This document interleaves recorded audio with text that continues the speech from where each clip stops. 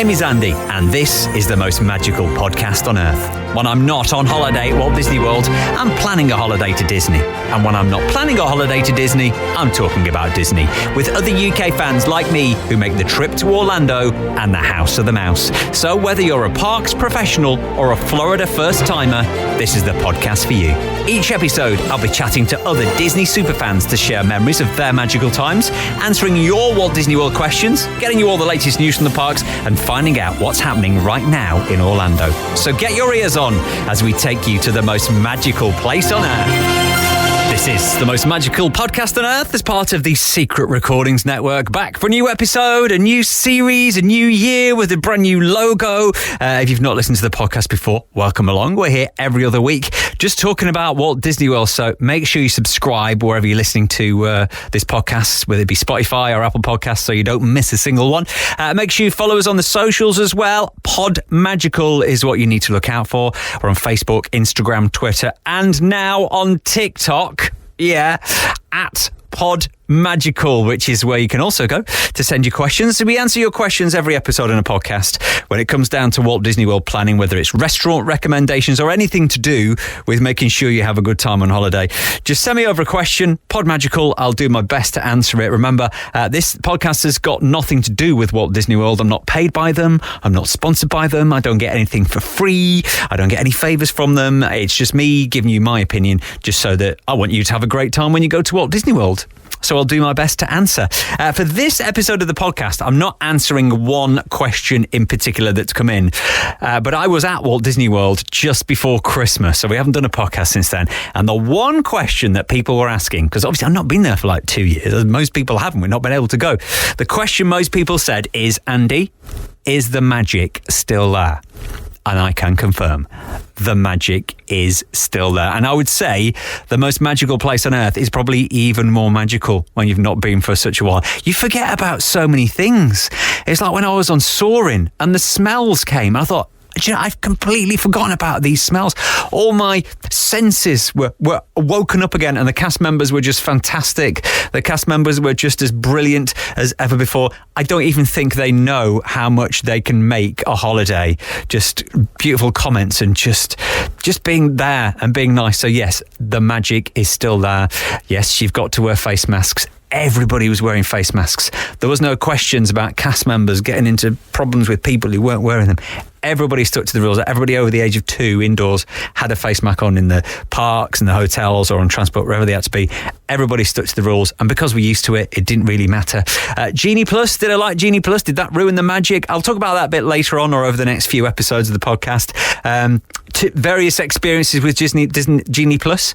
Yes, it was great on one point. Another point, I thought, well, is there much point to it? In fact, I've got a top tip at the end of this episode that will make your trip even more magical, and it won't cost you anything. I'll tell you that at the end. But right now, we're going to get over to this week's podcast guest. We've got a brand new guest sharing their magical memories on every episode. If you'd like to be a guest, by the way, all you need to do is drop me a message. Once again, Facebook, Twitter, Instagram, and TikTok at PodMagical. First podcast guest for 2020 is Sarah. Welcome to the podcast, Sarah. Thanks, Andy. So, always like to start by introducing yourself and your love for Walt Disney World. Why do you love Walt Disney World? I think it's because there's lots of things, but I think it's mainly the nostalgia element of it. Whenever you go back, the parks still stay the same. They don't really change. The fundamentals of them are always there, and it's like coming home. You know, they say welcome home. Yeah. And I really get that feeling. But also, they're also constantly innovating. There's always new rides. There's always new things to see. And I think no matter how many times you go back, you'll never have the same experience. There's always something new to do. So you'll have a different experience every visit. You're right, actually. It's that familiarity of walking down Main Street. You could have walked down Main Street 50 years ago when it first opened, and it still feels the same. But there's always something new, be it Star Wars Land or Mickey and Minnie's Runaway Railway. There's always something new going on, isn't there? Exactly, yeah. And there's still things. I mean, I've been quite a few times, and there's still rides that I haven't done or shows I haven't seen, food I haven't eaten. So, yeah, it's always a reason to keep going back. Are you a bit of a Walt Disney World foodie? I love the food. That's a massive part of it for me as well. Right, Yeah, well, we'll get some of your best recommendations for restaurants very soon. But first up, tell me, so you've been a few times. When was the first time you went to Walt Disney World? It was all the way back in 1992. Oh, wow. Yes. That is quite a way back, 30 years ago. So I'm guessing you were a mere child when you went first time round. Yeah, I was 6, nearly 7, and I can't remember a whole lot about it, to be honest. I remember loving it, and the main thing I can recall is the Tomorrowland Speedway. I loved that. I thought that was just the coolest thing ever. But apart from that, it's a little bit hazy, I have to say. Have you still got pictures from that first trip? I think so. Somewhere we did have like home videos, but I don't know what happened to them. But yeah, there's pictures and videos with a huge camcorder. Yes, that's it. Yeah. And can you remember how many times you've been back since 1992? We went 3 times when I was a child, and I think I've been back another 5 times as a grown up. What's better, going as a kid or going as a grown up? Adult, 100%. Yeah. Definitely appreciate it more. Yeah. Is there a particular favourite memory out of all those visits? I've got a couple. I think going with my now husband, we just got engaged when he'd never been before. So going with him and seeing how much he loved it, because he's a massive Disney fan. He loves all of the films. So he thought it was amazing. So to be able to share that with him was great. But I think my most favourite was going back as a family, as an adult, and we stayed on Disney for the first time. And we didn't really have any we didn't really have really particularly high expectations of what it was going to be like. It was kind of pre-TripAdvisor, not pre the internet, but there wasn't all of the information available that there is now. So we felt like we were going in a bit blind. I remember being in the travel agent and looking at this kind of tiny little picture of the pool at Caribean Beach, and that was all we really had to go on. And because it was described as moderate, we thought, it doesn't really sound that promising. Like moderate was all. I didn't realise what moderate meant. But obviously we turned up and just were blown away by it. We thought it was so lovely, and we had the dining plan, and we again before we went we thought, I wonder if that's going to be enough food. We weren't really sure. Yeah, it's enough food. So just going there and experiencing staying at Disney for the first time and just realising how amazing it is. That's probably my favourite. Caribbean Beach is quite often a first resort for a lot of people. It's like the first place they would stay would be Caribbean Beach. Yes. And have you stayed at Disney since you've been back, or was that just a one-off, or did you get hooked into the Disney hotels? Every time we've gone back as adults, we've stayed on Disney. I think once you've stayed on Disney, it's really hard to go back. So we've stayed at Caribbean Beach again. We've stayed at Port Orleans Riverside, and we've stayed at Animal Kingdom Lodge. I was going to say, which is your favourite? I could probably guess it's Animal Kingdom Lodge. It's not actually. No? It's Caribbean Beach. Yeah. I love the atmosphere of it there. It's so kind of tropical and pretty, and I think when you're coming from rainy old UK to go somewhere that feels so kind of holiday-ish when you're already in Disney. Yeah. I really, really loved it there. Animal Kingdom Lodge is beautiful, and I know it's really popular. I know lots of your listeners have said, that's where they like to stay or where they'd want to stay. I think we found it a little bit far out. It felt like we were on buses all the time. For a long time. So it's amazing. It's just whatever kind of takes your fancy. But yeah, I'm a Caribbean Beach girl. And of course, Caribbean Beach has now got the Skyliner, which takes you into Epcot and Hollywood Studios. So time saving there. They were in the thick of building it when we were last there, but it wasn't finished. So have you got another trip planned? Thinking about it and talking about it. Nothing booked yet, but we're hoping for maybe late spring next year, 2023. Because you have got a baby, haven't you? So you're just waiting for... Yes, got a 6-month-old, so waiting for her to get a little bit older, where she can hopefully take a little bit of it in and enjoy kind of how colourful it is and the characters, and she'll hopefully get something out of it as well. And you can see it all through her eyes for the first time as a mum. Exactly, yeah, that's the beauty of it. Going as a child and now going back with my own child is really special. And I think, what lots of people find lovely, that kind of comes full circle. Let's delve into the parks then. Let's talk about some of your favourite things. Have you got a particular favourite attraction? I do. It's probably Splash Mountain, which my husband will find funny because I have gone on it and then got straight back off. Like I bottled it. I couldn't do it. I don't know why, because it's not even particularly scary, but I got it into my head that I didn't want to do it. But then I did, get my nerve together, and I did it, and it's brilliant. I had done it as a kid, but I just got the fear as an adult. But when I finally did it, it's so much fun, and it's long as well. So you feel like even if you've queued, you kind of get bang for your buck, because it's a good sort of 10-15 minutes. Yeah, it is quite a long one. Great. My only fear about Splash Mountain is it's not the fear of the drop, it's the fear of getting a wet bottom. And then, especially if you go like December, January, when it's not the Florida sunshine, and you got that wet bum for a few hours. That's my only fear. It's not the best. Yeah, yeah, I know. What about parades and fireworks and shows? Are you loving all that as well? I do, yeah. The parade probably less so. I know that's controversial. I mean, if it's there and it's going by, I'll stand and watch and really enjoy it. Same with the fireworks. I think of an evening we'd probably rather be out having a meal and a drink, and if we happen to be in a park when they're on, then brilliant. But it's probably not my most favourite. A lot of people do kind of like, they'll go, well, come on, let's skip the fireworks. We've seen it once. We've seen Enchantment, the new one. Once we've seen it, it's all right. But, this is the time now at Magic Kingdom when the queues go down a little bit because everybody's out front watching the fireworks. Let's just jump on Seven Dwarfs. Yeah. Well, it's a little bit quieter. Not a bad idea. So, Sarah, let's get to it then. You're a Disney foodie, so we're going to come back to you and get your restaurant recommendations, okay? Okay. Chat some more with our podcast guest Sarah very soon. Let's get you a quick news roundup now, all the latest things that are coming over from Orlando. The last couple of days, it's been announced that the long-awaited Rodeo Roundup Barbecue, the table service restaurant coming to Toy Story Land at Hollywood Studios, is a step closer. It will open this year. We're going to be once again in Andy's backyard, shrunk down to the size of a toy, but in a rodeo style. It's a rodeo. It's barbecue food. Also, there's going to be a brand new shop, which is going to be attached to it, Jesse's Trading Post. Also, there's some more restaurants reopening at Walt Disney World. It's hard to think that not every restaurant is open yet. The latest to reopen include Flying Fish at the Boardwalk, the Turf Club Bar and Grill at Saratoga Springs, and Gico, the cooking place, which is a big favourite over at Disney's Animal Kingdom Lodge. They're going to be reopening, as is over at the Beach Club. Cape May Cafe, the buffet is going to reopen for breakfast. I've done the buffet there. It's quite cheap, actually. It used to be a character breakfast with Daisy and Donald in their beach gear. No characters returning as yet, but the restaurant will be reopening for breakfast very soon.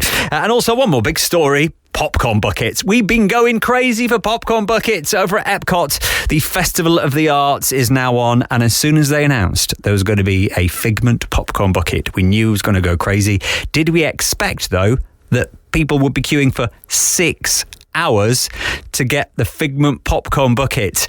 You see, there's a lot of love for the classics, because also at Festival of the Arts as well in the evening, Spaceship Earth gets lit up, as it has been doing since the 50th anniversary celebration started, but there's a very special Muppets makeover at night on Spaceship Earth where it changes to a rainbow and plays Rainbow Connection. See, there's love for Figment and there's love for the Muppets. There's some good IP that Disney are really getting hold of. We'll keep you up to date with any news that comes through, of course, between now and the next podcast over on our socials, Facebook, Twitter, Instagram, TikTok. We are at PodMagical. And if you'd like to be a podcast guest, if you love talking about Walt Disney World, you can go on there and send me a message as well. That's what Sarah did.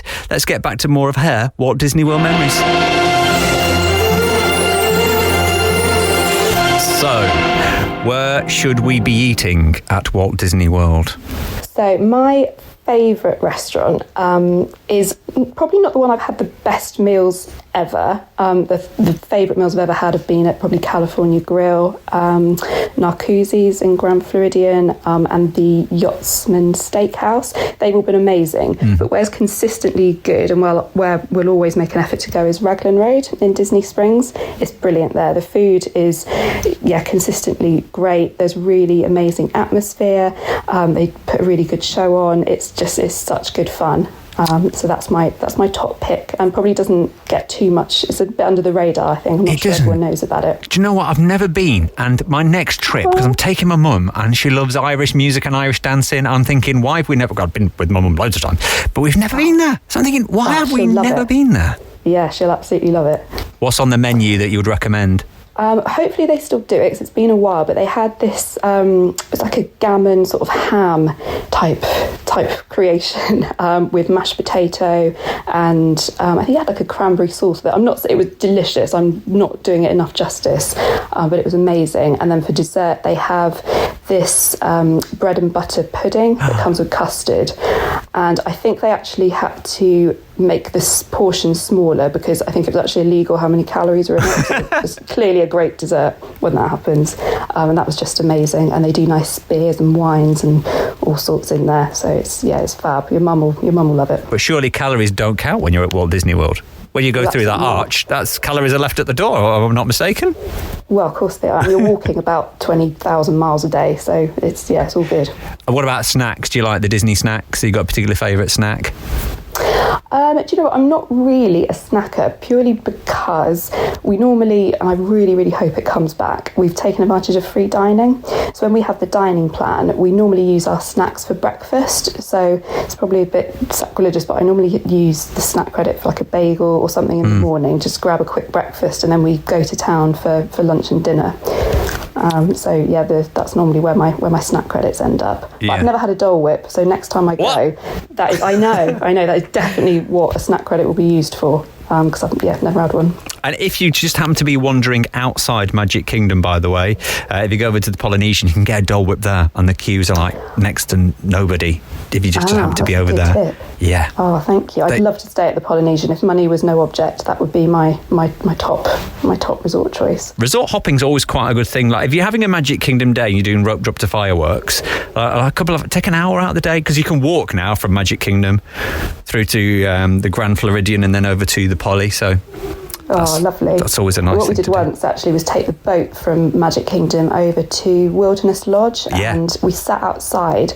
Is it Geyser Point? I don't know how you say it. I love it, Geyser Point. Oh, it's lush, isn't it? Yeah, they've got that terrace where you can look over the water, and they do great food there and nice drinks, and it's really, really relaxing, and feels like you're in the middle of nowhere, but you're 5 minutes from the Magic Kingdom. It's really nice to chill out in the middle of the day. Yeah. If you're having a Magic Kingdom day, you're going to be there all day. Just don't go for try and find food in the park. If you've got all day, jump on the boat, go to one of the resorts where it's a bit quiet. And like you say, you can sit out there by the lake.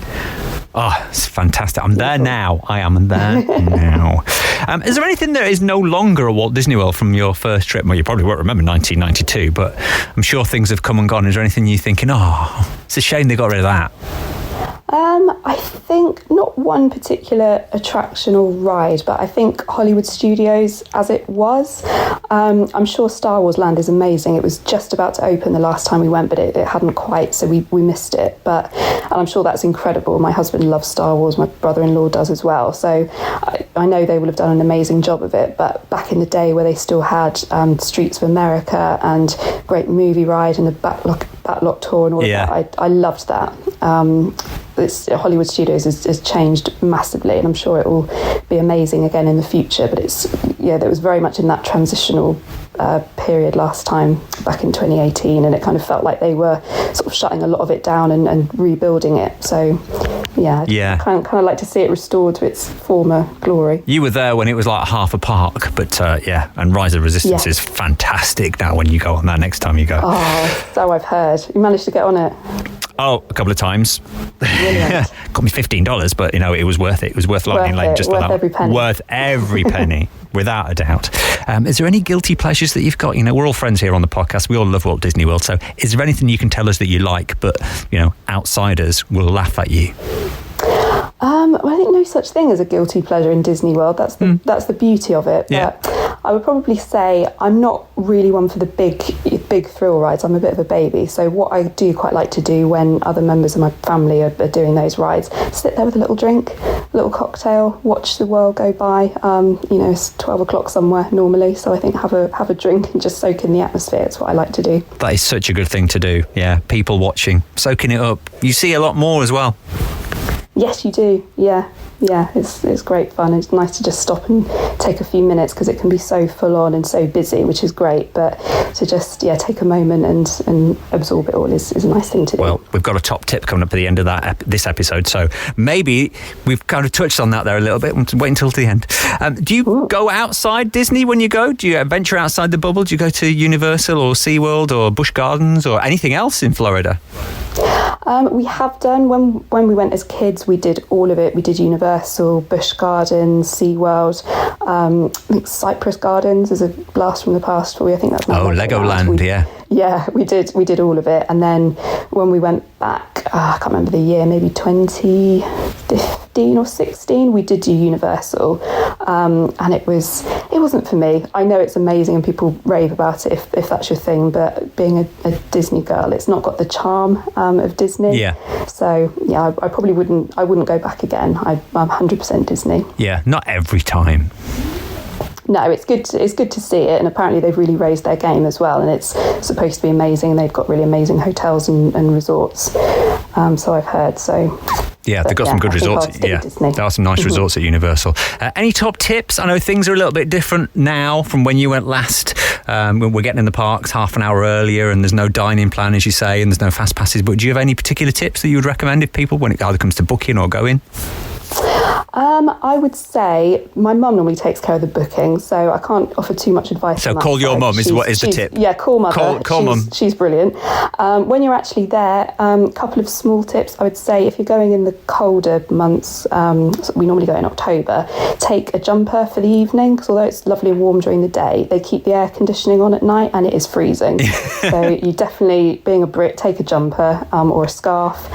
I would also say, if more generally, if there's something you're not happy with, which is unlikely because it's Disney and everything's brilliant, but if you've got a niggle or if something's not quite as you want it, tell them, because that's happened to us just a couple of times, and we've politely said to guest relations or people at our hotel, and they've always gone way out of their way to make up for it, whether it be fast passes or, well, that's probably not a thing anymore, but we used to get some fast passes back in the day, or they might reimburse dining credits, or just they'll do things to make it right. So don't go around complaining, and just for the sake of it. If you have got a grievance, tell them, and they'll make it right. They're brilliant at that. Well, on my last trip, I got stuck on Spaceship Earth for half an hour. The end bit where you're coming down backwards, and it just stopped, and we're on there for half an hour at the end of the day. And we did get a couple of free lightning lanes. They went, sorry for this, but here's some lightning lanes. It's the end of the day, so you can use them tomorrow at any park. So they still do things like that. Oh, that's brilliant. That's a good place to get stuck, though. I often think right at the end, that's when you're looking up at the stars. That's a really nice place. I was quite happy with the rest, to be honest with you. After a long day walking around World Showcase, it was quite nice just to sit there and listen to, is it Judi Dench, isn't it? Yes. Apparently they're getting rid of her, which well, we'll see. There was supposed to be like a revamp of it before the pandemic, but obviously that's all been put on hold at the moment. So, Sarah, I'm giving you your perfect Disney day. Your perfect day at Walt Disney World, from rope drop to fireworks, or whatever you do, wherever you stay. What would you do? How would you spend it? I would, if money was not needed, I'd stay at the Polynesian, and then I would actually go to Typhoon Lagoon in the morning. I'd get a minivan over there because I absolutely love the water parks. I don't think they get the love that they deserve. They're brilliant. They're one of my most favourite days. So I'd have the morning at Typhoon Lagoon, and I'd do all of the rides there. Crash and Gusher is one of my absolute favourites, so that would be the morning, and we would splash out and get one of the cabanas because they're really lovely and a nice treat if you want to have a particularly relaxing and nice time. Then I think we would go back to the resort and chill out, have some lunch, and then we would go to Magic Kingdom in the afternoon, do Splash Mountain, do Big Thunder, kind of as many as we could fit in, and then we would finish up by having dinner at California Grill and looking at the fireworks. Having said I'm not that bothered about fireworks, when you watch them from California Grill, they are amazing. That's one of the best things we've done was have dinner there with a cocktail in your hand. Outside. Absolutely, of course. Yeah, brilliant. That sounds like the perfect day. Perfect. And of course, at some point during that 24 hours, you're going to have a Dole Whip, aren't you? Promise me. I must, definitely. Have a Dole Whip, yes. Next time you go, Dole Whip. Yes, it's a must. Sarah, thank you for sharing your memories. Lovely talking to you. You too. Thank you for having me. And have a magical day. Thanks, Andy, and you.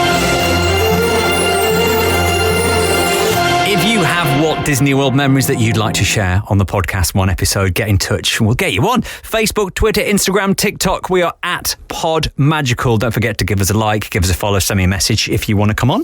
If you're off to to Orlando over the next couple of weeks. Lucky you. The weather should be really nice, actually. It's kind of like the low 20s at the moment, and over the next couple of weeks it's going to go to kind of like mid-20s. A little bit chilly at night, but should be mostly dry. You've got those beautiful Florida blue skies in the morning as well. Quite a lot going on. You've got the Festival of the Arts at Epcot, which is on over the next few weeks. See if you can get yourself a Figment popcorn bucket.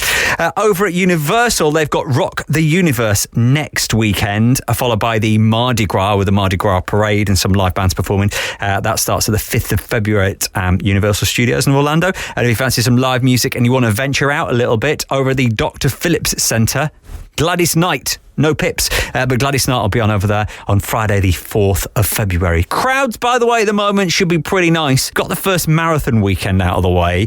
There is another one in February, the Princesses Weekend. So between now and towards the end of February, it should be pretty quiet. A little bit busy at weekends, but crowd should be fair to moderate. Don't forget, if you are going, tag us in your pictures. If you're putting anything on your Instagram story in particular, tag us at PodMagical, then we can share it on our story. I always like to round off the podcast with a top tip of the week. And as this is the first one back for the new year, first one back in this series, I just wanted to share something. It was more of an experience, really, about how I enjoyed the parks more on my last trip just before Christmas. With so much to do and the stress of Genie Plus, I had Genie Plus for a few days, but I found with Genie Plus, I'm constantly just trying to get on one attraction to the next. The days without Genie Plus were the better days. We just took it in our stride. If there was an attraction that we fancied going on, we saw what the queue was like, 20 minutes, 40 minutes. Okay, let's just get in that. Let's just people watch. Let's just sit down. Let's go to a lounge and have a drink. Let's just take our time. And those were the days that we really enjoyed it more, because we didn't feel like we were just there on a tick list, ticking everything off. Oh, yeah, don't do rise resistance. Yeah, we'll do that twice. Tick that off. Yeah, let's do fly. Yeah, tick that off. We just kind of like enjoyed it, took in the atmosphere, enjoyed snacks, enjoyed food, enjoyed people watching, and it was great. A friend of mine who passed away recently left a little bit of advice, and he said, take twice as long to do half as much. And I think that is the top tip for this episode of the podcast. Friend of mine, Gary, thank you for those words, Gary. Take twice as long to do half as much. Don't forget, we're on socials, Facebook, Twitter, Instagram, TikTok. Give us a like, give us a follow. Don't forget to subscribe to the podcast as well. We've got new episodes every other Friday. If you'd like to be on, send me a message at PodMagical. Hit that subscribe button and we'll be back in 2 weeks. And until next time, please stand clear of the doors.